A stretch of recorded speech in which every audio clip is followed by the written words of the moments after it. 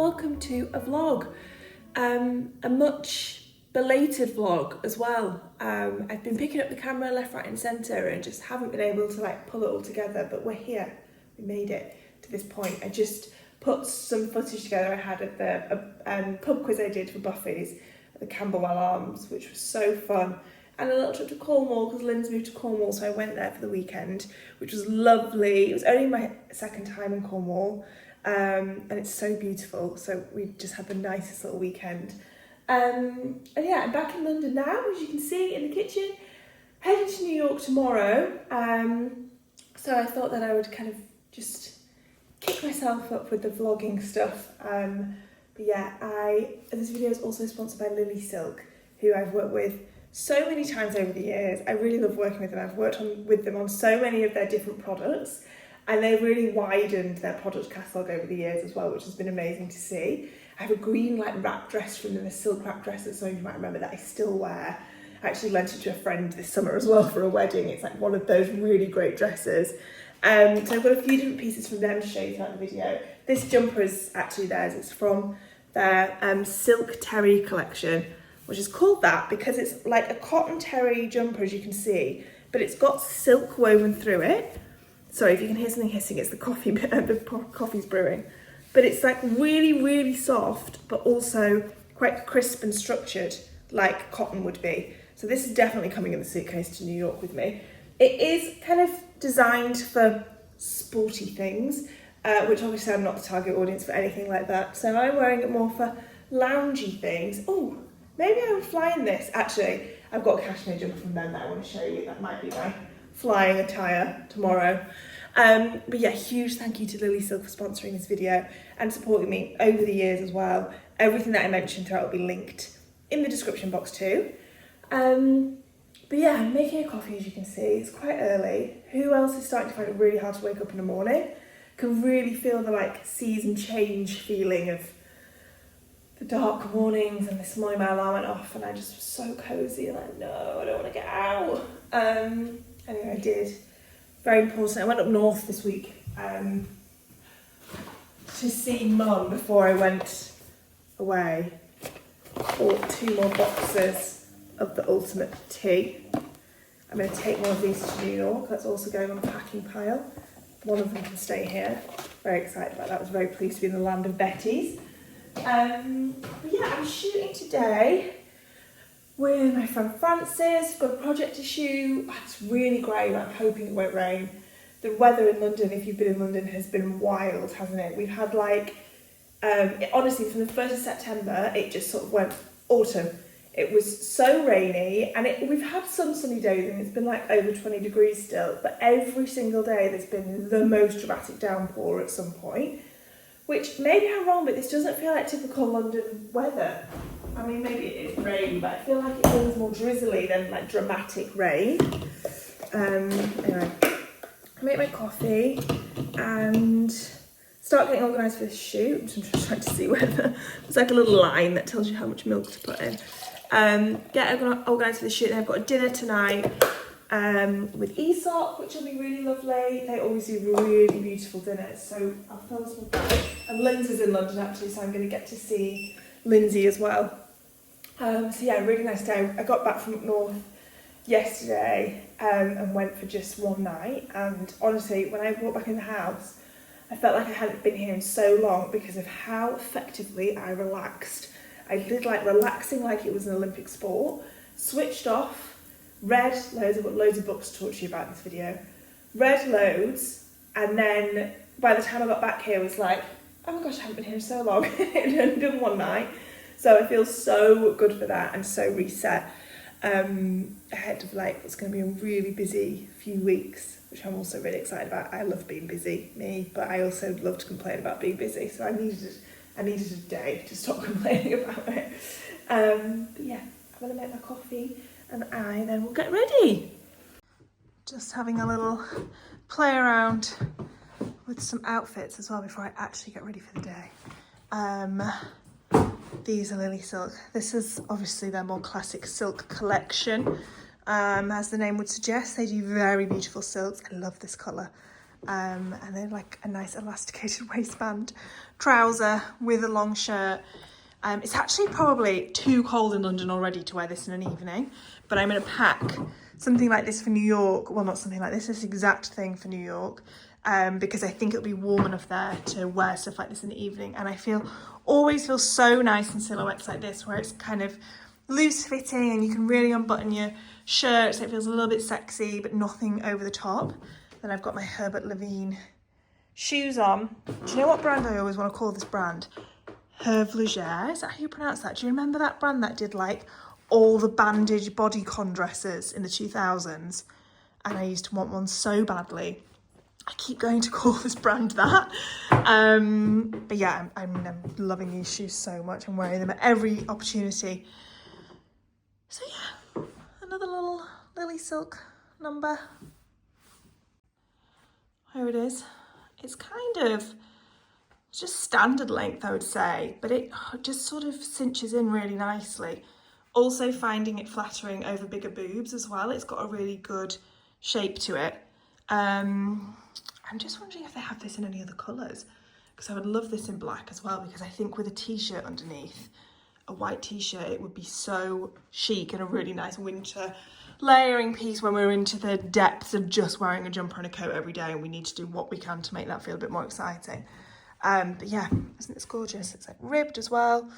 It's just unbelievably soft. Words cannot do it justice. I wish that you could reach through and touch, but that would also be quite weird for me.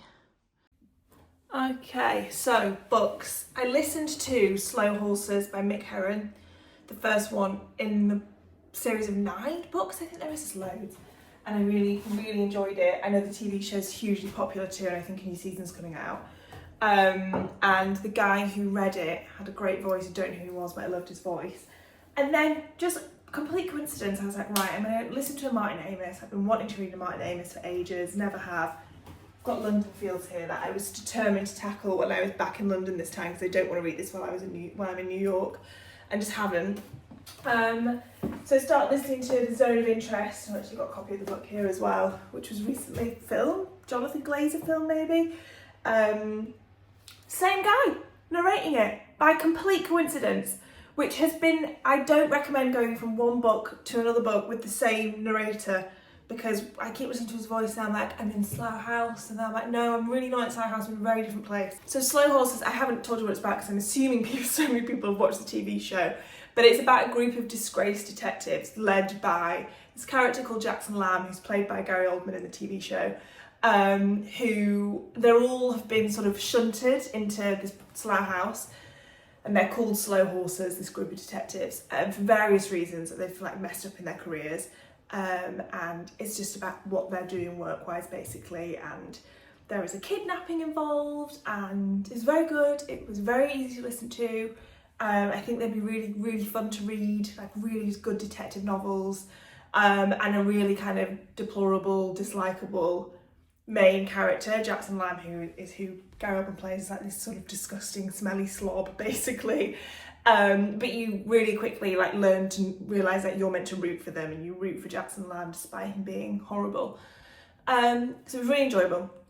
Zone of Interest, very, very different. It's about a family, the family of the commander of a concentration camp. The film is really good. I've actually watched the film as well. I watched it on a flight. So it's set in the Second World War, and it is I think it's in Poland. I think it is in Poland, the concentration camp. And the house is basically right next to the concentration camp. And it's mostly about the commander of the concentration camp, his wife and his kids. The film is really, really beautiful. The book isn't gripping me that much. But I don't know if that's, like I said, because I'm listening to the same voice from Slow Horses, and it's a very, very, very different book, and I think it might be disorientating me a little bit, the fact it's the same voice, but I keep having to go back and re-listen to certain bits of it. But yeah, the way this guy reads is brilliant, so I really do recommend anything by whoever this man is. I'm going to find his name and write it in the description box. And then I read a book called Helm. I'm really trying to read newer releases. This is actually an advanced reader's copy, but I want to put some new releases, not hardback, but kind of things released in the last few years, into the Buffy's vote sometimes. And as a rule, I don't love newer release books. I don't know why really, or I just don't gravitate to them as much. So this is Helm, it's by Sarah Hall. It is about almost like a microclimate, a wind, a cloud called Helm that is up north. It's sort of on the Peak District, a place called Scafell, which I know of as well. And in the way that I love lots of Benjamin Myers books because they're set in that part of the world, I think I really do connect with those books quite well. And it tells the story of Helm through like over God knows how many years, thousands and thousands and thousands of years. There's lots of different points of view. So there's sort of modern day Helm where a woman is studying it to find out how many microplastics are in the wind and in clouds. And then there's very ancient Helm where it's sort of worshipped and seen as this almost kind of godlike part of this settlement's life in the north of England. And then there's lots of different Helms in between. There's kind of Victorian era Helm. And there's also parts where Helm has its own narrative in it too. So you read things from the perspective of Helm. So she achieves a lot and she does it well, and it chops through. I actually can't remember how many different points of view there are, but there's a lot. There's too many, in my opinion. They didn't all round off in a way that made them all feel relevant to being there. And there's really like modern day language, like the word ick is in the book, of Helm finding something icky. And Helm as a character that I was meant to be reading the character of the wind was unfortunately really unbelievable for me. I liked what she was doing. I liked the idea of the wind being this kind of ever-present thing over, millennia essentially, watching things develop. So it talks about how like Helm starts to see aeroplane. First of all, he sees a hot air balloon. I call him a he, but it's not actually, it doesn't have a gender. A hot air balloon, and then planes and all these different sort of developments in the modern world. But yeah, it all just felt slightly too choppy and jarring. It's all in like paragraphs like this and really short chapters. It's a 350 page book and it took me a long time to get through it. So yeah, wasn't sold. Love the concept though, I really like that idea, and I do enjoy books set in that part of the world. And then I read We Do Not Part by Han Can. Loved, really, really, really loved. I love The Vegetarian. I know some people on the fence about The Vegetarian. It was so unexpected to me. Kind of went into that pretty blind, not knowing what it was about, which I think is the best way to do it, so I'm not going to say much. But this is amazing. This is about two friends. Gosh, so much happens. Two friends, both of them living very, very isolated and secluded lives in Korea. And one of them has an accident at home and asks the other one to come quickly and visit her in hospital. And then, I'm just going to check, I'm sure this is in the blurb, but I'm always so conscious of saying too much. Yes, and then asks her to travel to the very, very remote part of Korea where she lives to feed her bird before the bird starves to death, basically, because she's been in a hospital. And as it happens, this huge snowstorm arrives. The way that she writes snow is a huge part of the book, is incredible. It's so beautiful. It was visceral, the kind of like the sounds and the feelings and the way that like snow muffles everything. I think a snowy landscape, and an extreme snowy landscape, it's like a snowstorm that cuts the power kind of thing, was perfect for this book and made everything very eerie. And basically they end up then having a conversation, the two friends, about the history of the town that her mother was from, the woman who was injured, whose mother was from, which there was a huge massacre in the town.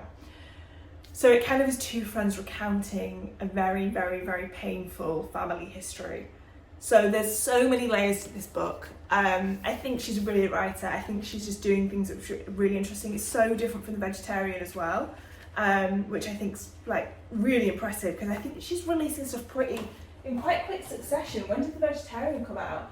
Because she's also done Human Acts, which I haven't read, but I feel like she's getting these out.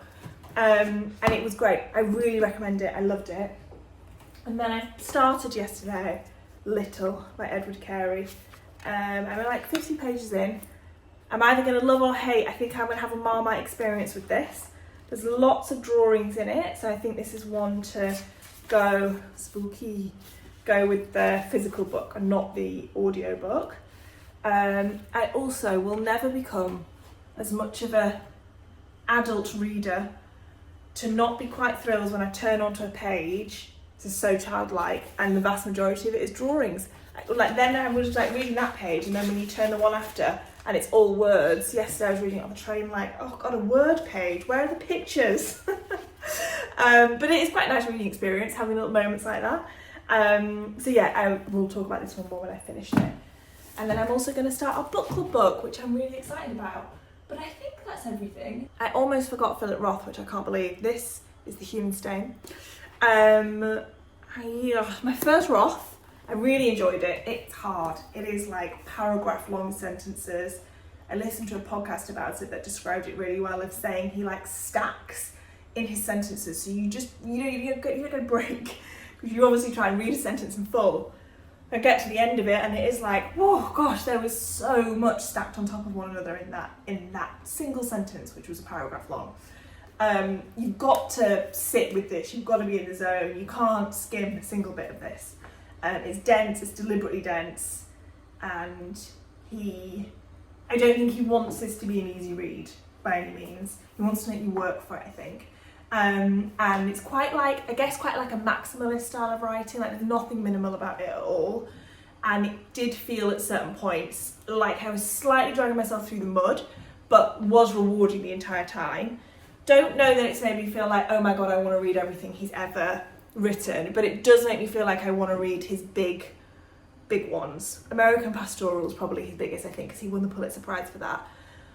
He's got a few other really famous ones, like I Think I Married a Communist is one of them, The Plot of America. This is set sort of in the backdrop of the Monica Lewinsky scandal in America, and I think if you were from America, alive in that period, can remember it well, this would be an incredibly rewarding read. I could really get a sense that he captured the time and how much that was something that everybody was talking about and was just really relevant to so many Americans as well, and like American identity too. I obviously know about it, but I don't really like have any thoughts or feelings about that specific part of American history. So it was informative and it was interesting, but it didn't kind of evoke a feeling in me that I think he's actually capturing really, really well. Basically, it's set in New England, and it is about a university professor who is disgraced for using a racial slur. And he's maintaining that he didn't use the word as a racial slur, he meant it in a different meaning of the word. And when he used the word, he didn't know that the students that he was referring to were black. Anyway, he ends up quitting his job. He doesn't actually get fired. He ends up quitting his job in the midst of all this disgrace. Very, very stressed. His wife dies alongside it, and he blames the university for his wife's death because of how stressful it was. And it's written by a friend who's writing a book about him, and these are where there's like these layers going on in the book that just didn't need to be there. It could have easily been written by the professor, who's called Coleman Silk. And Coleman Silk also then ends up embarking a new, I was going to call it an affair, but it's not an affair because he's widowed, a relationship, a little fling with a much younger woman who is meant to be sort of illiterate and educated. She works as a janitor at the university that he's been working at, and he has this love affair with her, and alongside that you discover his childhood, his past, and there's a huge plot point within it, which is where Roth does a lot of commentary about this racist slur and about race. And I can't say what the plot point is because it would be a bit of a spoiler. I was really not expecting it. I really enjoyed the plot. I really enjoyed where he took you with it. I really enjoyed the way it made me think. It doesn't really, the plot is there, and that moment in the book where you find this thing out was very like, oh wow, okay. But it's not a book driven by plot at all. It definitely feels driven by the characters because he spends a lot of time with them, and Coleman Silk was quite vivid in my mind. But there's a distance to it this whole time as well. I don't know if it's because it's meant to be written by his friend and that just felt like an unnecessary layer to it. But yeah, there's something that doesn't fully let you into the characters, or for me anyway, which also could have been my limitations on reading a book that I found this difficult, which I think when you do find something very hard to read, for me anyway, the overall feeling can just be a bit of distance, because I just feel like I'm fully getting it. I can get through it, I can recount what happened, I can almost grasp what I think the writer's trying to do and achieve, but there's something, whether it is just like a lack of ability to read something this dense, lack of understanding of that time in America, whatever it is, that just doesn't fully make that slot. I know this is one of those books that's lots of people's like favourite books, and I think sort of from an era in America, I can really see why. I'm glad I read it, I'm really glad I read it, and I would recommend reading it as well. It's really interesting. Oh my god, I just took 15 minutes. I'm going to put timestamp in the description box, so if you don't care about books, you have not had to listen to 15 minutes of this. What bloody time is it as well? The morning's running away from me. I'm going to go. I must rest.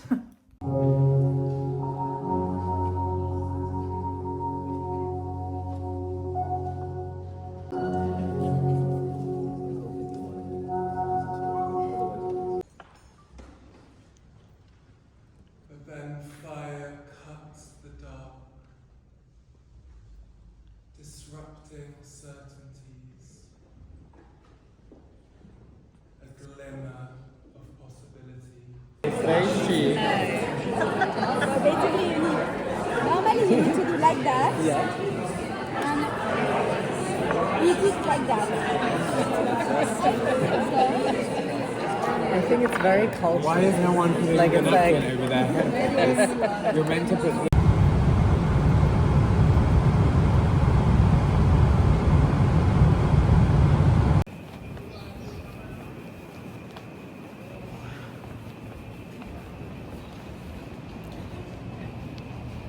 I wanted you to see how blue the sky is. It's a gorgeous morning. Gorgeous morning to go do a food shop. It's like 7:20, I think. I slept from 10 till 6, which is pretty good going. And yeah, I'm gonna go get bits in because I'm also starving, and I've got my coffee and it's just, yeah, so nice. Okay, we are back in my favourite vlogging spot to do my favourite thing, show you what I bought at the shop. So I'm just going to wash my hands first. I did a Whole Foods shop today, and yeah, I'm going to go to the gym later and read. I'm seeing a friend this evening. It's the most gorgeous day, like the weather is so perfect. It's just so nice to get back to this. And I slept really well, slept from like 10 till 6, which is pretty good going for first night. Okay, bananas for smoothies, which I'm going to make one in a minute actually. Put that on my hook. Parsley.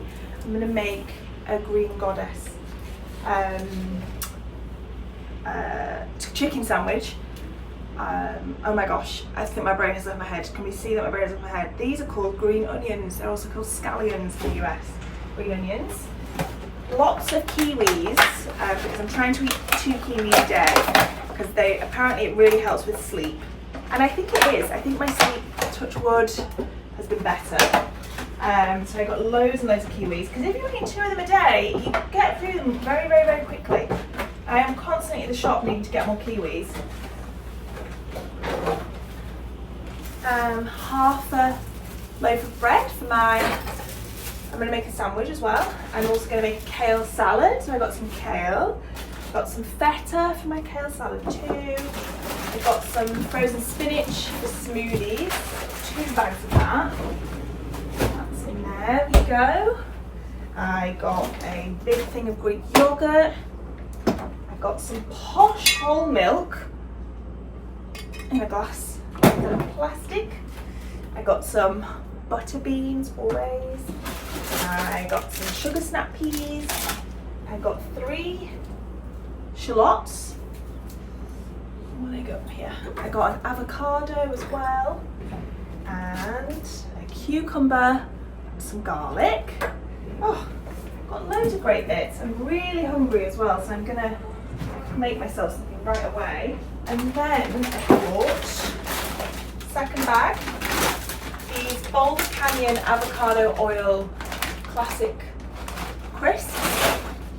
A basil plant, because I've got a plant that's died unfortunately, so we've got a free pot in the house, so I'm going to put basil in it. I bought myself a mandolin because I have this exact one in London actually, and it's so good and I use it all the time, and I go through pickled onions like they're going out of fashion, and they're really oddly expensive to buy. A jar of pickled onions, it's like $7, whereas an onion, I don't even know, like it's cheap obviously, nowhere near that expensive. So I thought, this is a false economy, I'm going to buy a mandolin instead. They're very scary though, aren't they? And then do my own pickled onions. Much more cost effective, I feel. So that's what I bought. I bought some of my favourite pickled chilli things.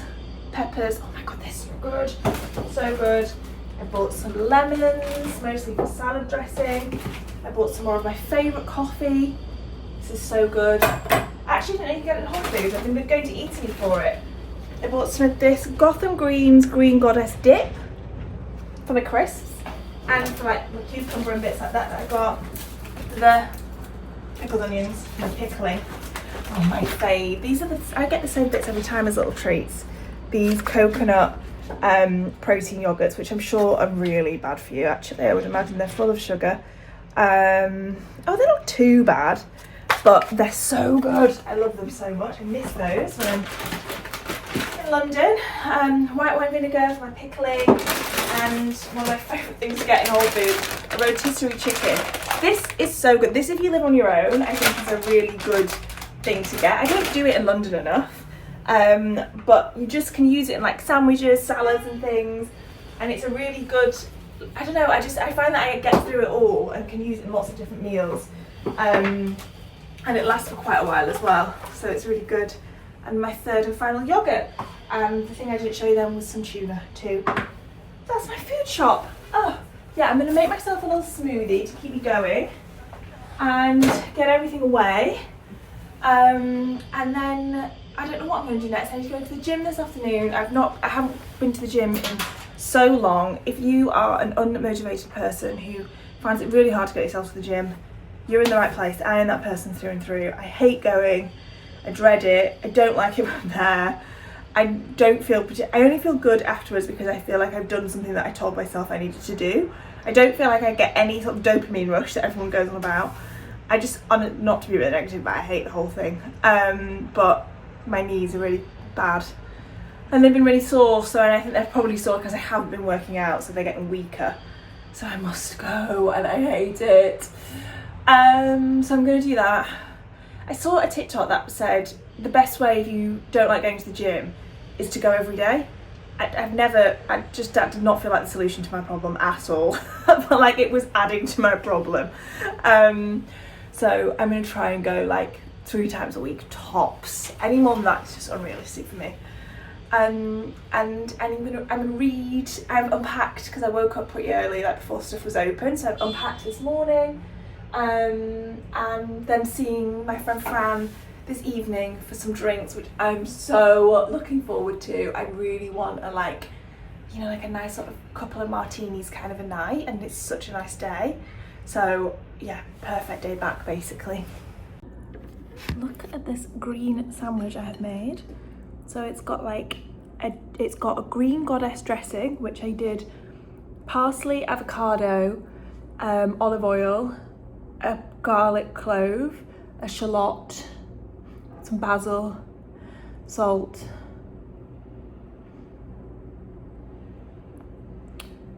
That's everything in that. Blend it up. And then the rotisserie chicken, one spring onion, some sugar snap peas, a bit more salt and pepper. I'm having it with some crisps. Looks so good. That is a success. Me talking about my knees earlier, this is where I'm at now. While walking to the gym, my knee came out. I've just actually stopped crying about it. And that's what you get, isn't it? Trying to go to the gym and trying to make your knees better. But it was really bad, and it was really embarrassing because it was outside a really long queue, and I was walking up to it literally like a block around the corner from where I live, like, what's this long queue? And it was because there was some sort of like Fenty sample giveaway thing, Fenty Beauty, and I absolutely decked it, like fully. I just really badly fell. One of those long falls where you're like going for ages and my knee was out and I couldn't get up. And women are just the nicest ever, obviously.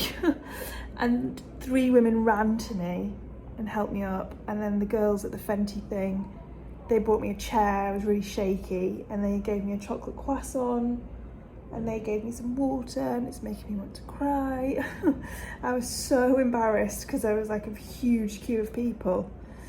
Yeah, I just absolutely decked it, and it's so painful when it happens that you can't like I can't get myself up and brush myself off. I have to stop. And it was quite a bad one. Like, there's varying degrees of how badly it comes out. The worst being when it won't go back in, which has only happened a couple of times, and that was like, it was out for a while, but when I hit the floor it went back in. Shit, it's so fucking frustrating because obviously I've said so many times, but I live on the 5th floor here, and like, when you can't get up and down the stairs easily, it makes everything really difficult. But anyway, I'm in. Learnt my lesson. I'm not going to try to go to the gym ever again in my life. I'm joking, because I need to go to make them better. But yeah, I'm frustrated because they've been hurting, and I think it is because I've not been exercising, and now I'm not going to be able to exercise for a little bit until it fully heals up again. But you're just a bit bad. I've got little greys on that one and the peas on that. I'm just feeling a bit sorry for myself. I'll still go out this evening. Obviously that I will not be slowed down there, but I'm going to see if my friend will meet me at the bar literally underneath where I live so that I can just go downstairs and come back up. But I don't want to sit here all evening feeling sorry for myself, which I am doing right now, feeling very sorry for myself. But it's fine. Does anyone else have this problem with their knees? I don't even know what the name of it is. It's not hypermobility. It's like my knees, rather than my kneecap being in a valley, which is how most people's kneecaps would be, so they're like secured in the valley. Mine's on a ridge, so it sits at the side of the ridge, so it slides so easily, which is why I have to do so much, she says so much, 2 or 3 times a week, exercise to keep the muscles around my knee really strong. I can't run, I can't do anything high impact, I can't jump, I struggle to kneel down, be on my knees. Which I was actually doing earlier today because I was cleaning the bathroom floor, so that's probably not helped. And yeah, I just can't do anything high impact really. I can't wear heels at all anymore. And yeah, so they basically just slides out really easily. I've had it since all my life. It's just how my knees are built, and then it started doing it when I was maybe 10, I think. And then there's obviously one of those things as you get older, it just gets progressively a bit worse, which is shit. So at least I can just sit here and read. I've got my book here. I might try and make myself a tea with a bit of sugar in maybe, and just have to keep icing it because it's going to swell up like mad. And I was also thinking as I was walking out how the leggings I had on to go to the gym, and I had like a top on from Lily Silk as well, the blue version of the grey one, and I was like, oh, I'm going to talk to the vlog when I get back about how much I like this blue top, and it goes with my leggings that I've had for I've had those for 7 years maybe. I've had them for a really long time, which I think is good going for gym wear, isn't it? And they're perfect still, but they're still really tight. They're from Philippa K when they briefly did a sports range that they don't do anymore. And they're so great. Well, I've got a hole in the knee now, so that's them ruined.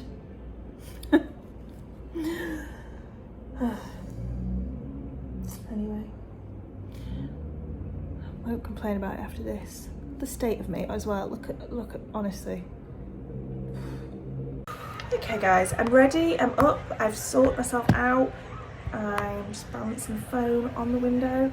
I'm wearing my favourite blue Arquette shirt I wear often to make me feel better. And yeah, I feel like I think my knee's gonna be fine. I think it's gonna go back to normal quite quickly. I can put weight on it, I can bend it fully, when the times when I've done it really badly, you like can't put weight on it, can't bend it, can't let you lift my knee because all the ligaments get messed up. So I don't think it's been a really bad one. So I'm feeling better. I'm literally going to meet my friend in an hour or so at the bar underneath my apartment. So it couldn't be more convenient. And then we'll just shuffle back upstairs later on. But yeah, I really actually am in the mood for company too. So yeah, what a first day back that has been. I've just been sat reading the book club book on the big comfy chair. It's always my favourite place to sit and read. And I've also just got on some like dark blue loose cotton pants, which are from Donny. I'll do a fashiony video, autumny outfit video at some point soon maybe, because I'm feeling quite inspired at the moment. And I do have more lily silk pieces to show you too, including the jumper that I was wearing when this happened today, but I'm going to come back to that tomorrow. Good morning everybody. I'm up and out having a little walk. The knee's not feeling too bad, definitely limping, definitely slow. I'm just going to try and make it to a steam room because my knees like heat, it helps them. But it's a 10-minute walk away, so I just see how we go. But I slept really well. Yeah, I do feel okay. This is the lily silk sweatshirt in blue. It's so nice. It's like the perfect thickness for this kind of weather too. So yeah, let's see where we get to. I'm just going to take it really slowly. It's Sunday, so you can have a nice slow day and not overdo it at all. And feeling less like tearful and sorry for myself about it than yesterday, and more like it's gonna be fine. Could have been a lot worse than it was. So yeah, let's see how far we get with stuff. I did it.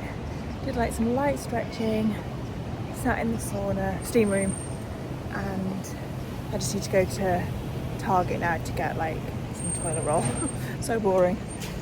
But yeah, I feel good for having done that and for having been out and about in the morning as well.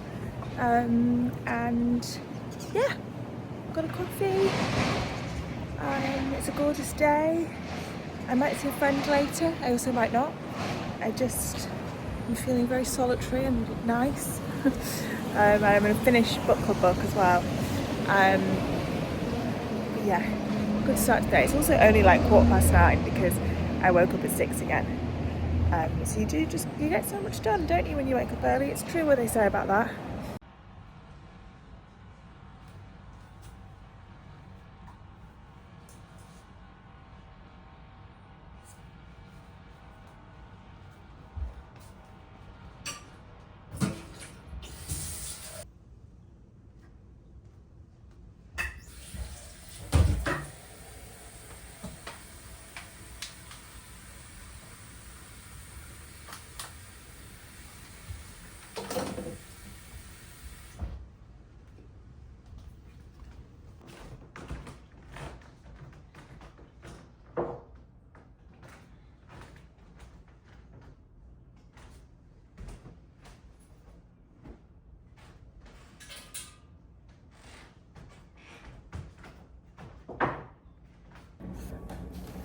Just got one more lily silk piece to show you, which is the trousers that match the sweatshirt that I had on yesterday.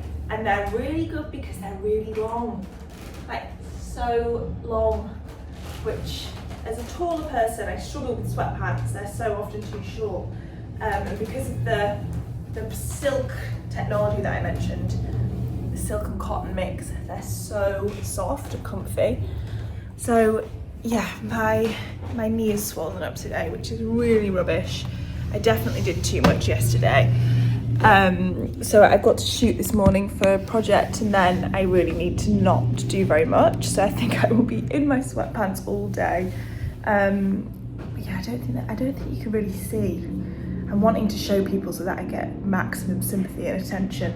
But it's gotten all swollen on the inside. So yeah, I need to just sit today mostly, once I finish shooting I think, and stop nipping out and doing bits.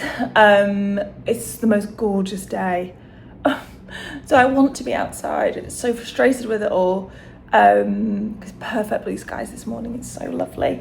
But yeah, I'm gonna sign this off here, this video, because it's been a really long one because I talked about books for 15 minutes in the middle of it. I've just been editing it this morning and we're on to 40 minutes. So if you've got to this point, thank you very much for being here this whole time.